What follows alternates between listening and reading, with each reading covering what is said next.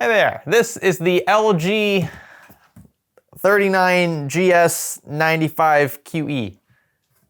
I hope they let us keep that in the video. No, I'm not joking, this is the name, but she's an absolute beast. Not only is it an OLED panel with an 800R curve, which is nice and sharp, we'll show you in a second, it has a 240Hz refresh rate, a 0.03 millisecond gray-to-gray response time, and a 21:9 aspect. Basically, 800R means that if you took this curve here and extended it all the way around in a full circle, there'd be 800 millimeters from the edge of that circle to the center. That's the radius of this supposed curve, and I think it's just right. We've partnered with LG to talk about all of the 39GS95QE's quirks and features.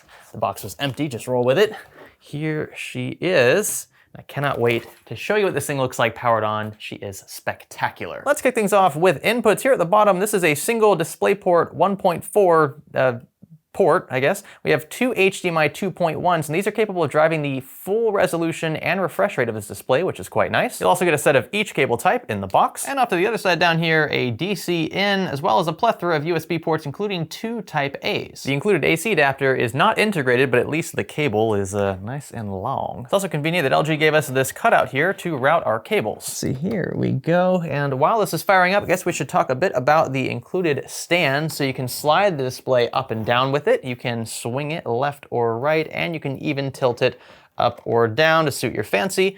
Wow, look at how vibrant that display is. I'm worried the camera's not gonna do this justice, but there's just no replacement for OLED at this point. The colors are seriously so vibrant. This is going to ruin any experience you have with any other panel type. So if you have IPS, especially TN, it doesn't get better than OLED. Now I want to address something right out of the gate, the resolution. I know you're probably wondering why this isn't a 4K panel. One, obviously price. Two, the pixel density is still quite nice in this 3440 by 1440 aspect. So this is technically a 1440p ultra-wide display, but the details are still there. On top of that, driving a 4K ultra-wide display at 240 Hertz would be pretty darn difficult. I think this is a nice middle ground. That said, if you do want a 4K OLED panel, LG sells those too. Now a bit more about color. Now I have my cheat sheet here because there's a lot to go through. First off, it's a VESA Display HDR True Black 400 capable. It also has a DCI-P3 color gamut of 98.5%, which is, in layman's terms, pretty darn color accurate. Couple that with the incredible contrast ratios of OLED technology, and you have, like I said, one of the best picture qualities around. So when you're consuming true 21:9 media, this thing is just spot on. It looks really good. But let's be honest,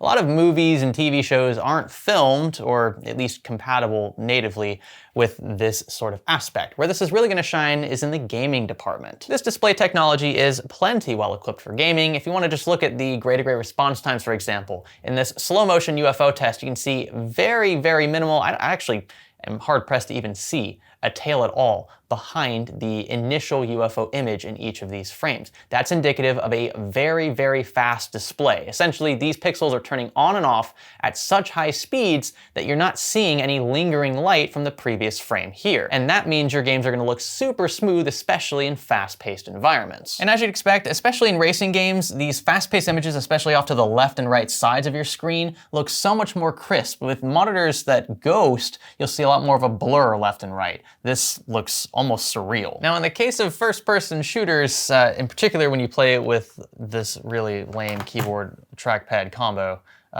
it's still actually pretty immersive. And even though I'm sitting off center, you still feel that immersion from the sharp curve in this display. You know, I really hate it when panels are as wide as this, and especially as large as this, but they don't have a sharp enough curve. Here you actually feel more immersed because it wraps around you so nicely. Like I said, that 800R is probably an optimal curve, and because of that, I think this is perfectly satisfactory for games like these, even though I'm still absolute trash at them. How am I getting kills and assists with this terrible trackpad setup? I might have to convert. I know this is like totally cringe for anyone who actually plays this seriously. Here we go. If I'm being transparent though, this does take a bit of getting used to. It is useful to have this extra information to your left and right, but it does feel different. I know a lot of esports players, especially first-person shooter esports players, prefer the 16:9 aspect and much smaller displays than this one. So your mileage will vary depending on your preferences.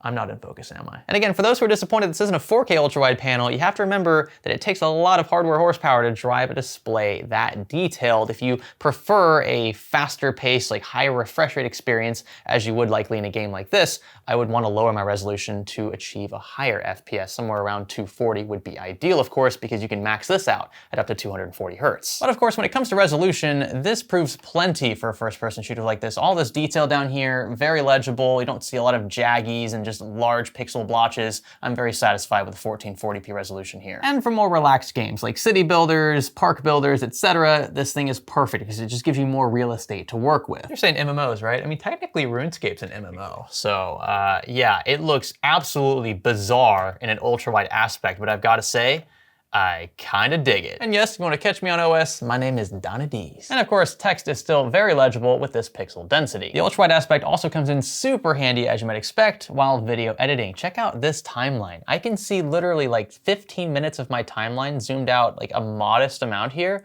This is nuts. It reminds me of the old days when I used to use exclusively ultrawide panels. I think I'm switching back here soon. Something else that's really nice about this panel is minimal glare. So you see I've got an LED panel actually shining almost perfectly square center on this display, but especially when you have bright images displaying, it's very difficult to see. And by the way, if you'd like to change anything about the picture quality, maybe you want to make the screen brighter, you want to increase sharpness, you can do all of that through the integrated on-screen display and a single toggle to control everything, which I think is quite nice, that we don't have to fiddle with a bunch of different buttons that you can't necessarily see on the backside of the panel. You can even quickly access things like game mode, which should turn on the built-in DAS, as well as VRR. The HDR function's also baked into here. Just make sure that you're running an operating system or playing a game, or maybe consuming other content that supports the HDR function. This setup's also quite ergonomical, what LG calls their Unity hexagonal design, and you can see here that around back they've got these lovely LEDs baked into the back of the display. You can of course change these in various colors. We have them set to white because it's just very subtle as is. The display has also been upgraded with MLA Plus technology. This time around, meaning you can reach peak brightnesses of around 275 nits versus the old 200. It's also packed with both NVIDIA G-Sync and AMD FreeSync for extra smooth gameplay. The 39GS95QE also has picture-in-picture support, picture-by-picture. There's not much that this thing can't do. So then, is the LG UltraGear 39GS95QE worth your hard-earned? Well, that's for you to decide. If you're a big fan of ultrawide panels, this definitely checks that box. If you're a fan of OLED displays, that box is checked as well. And if you're a fan of high refresh rate, low response time gaming, I bet you didn't see this one coming, those boxes are checked as well. Like I said earlier, there's not much this display can't do. It has so many things going for it. In fact, we didn't mention this earlier, but you can also VESA mount it. So if you don't want to use the included stand, you can mount this on your wall, you can mount it on your ceiling. Did people do that? And to be honest, this would even make for an excellent racing sim panel because of the nice curve that it has baked in. I'm wondering if we could maybe arrange for like 3 of these to be sent, have like a nice, that would be cool.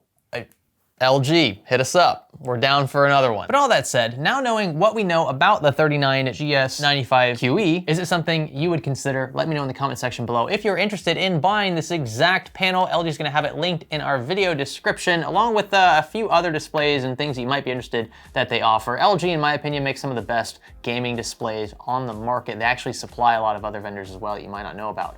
But we have no qualms with the qualities of these panels. That's one of the reasons why we agreed to work with them for this one. So if you want either a TV or a gaming panel like this, or maybe you want to game on a TV, all of that is going to be accessible via those links in the description. I feel like I could lay back and like tan with this thing. You know what I'm talking about?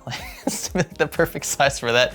Anyway, thank you so much for watching, and if you enjoyed it, be sure to give it a thumbs up, consider subscribing. I think I'm gonna throw this in my racing sim.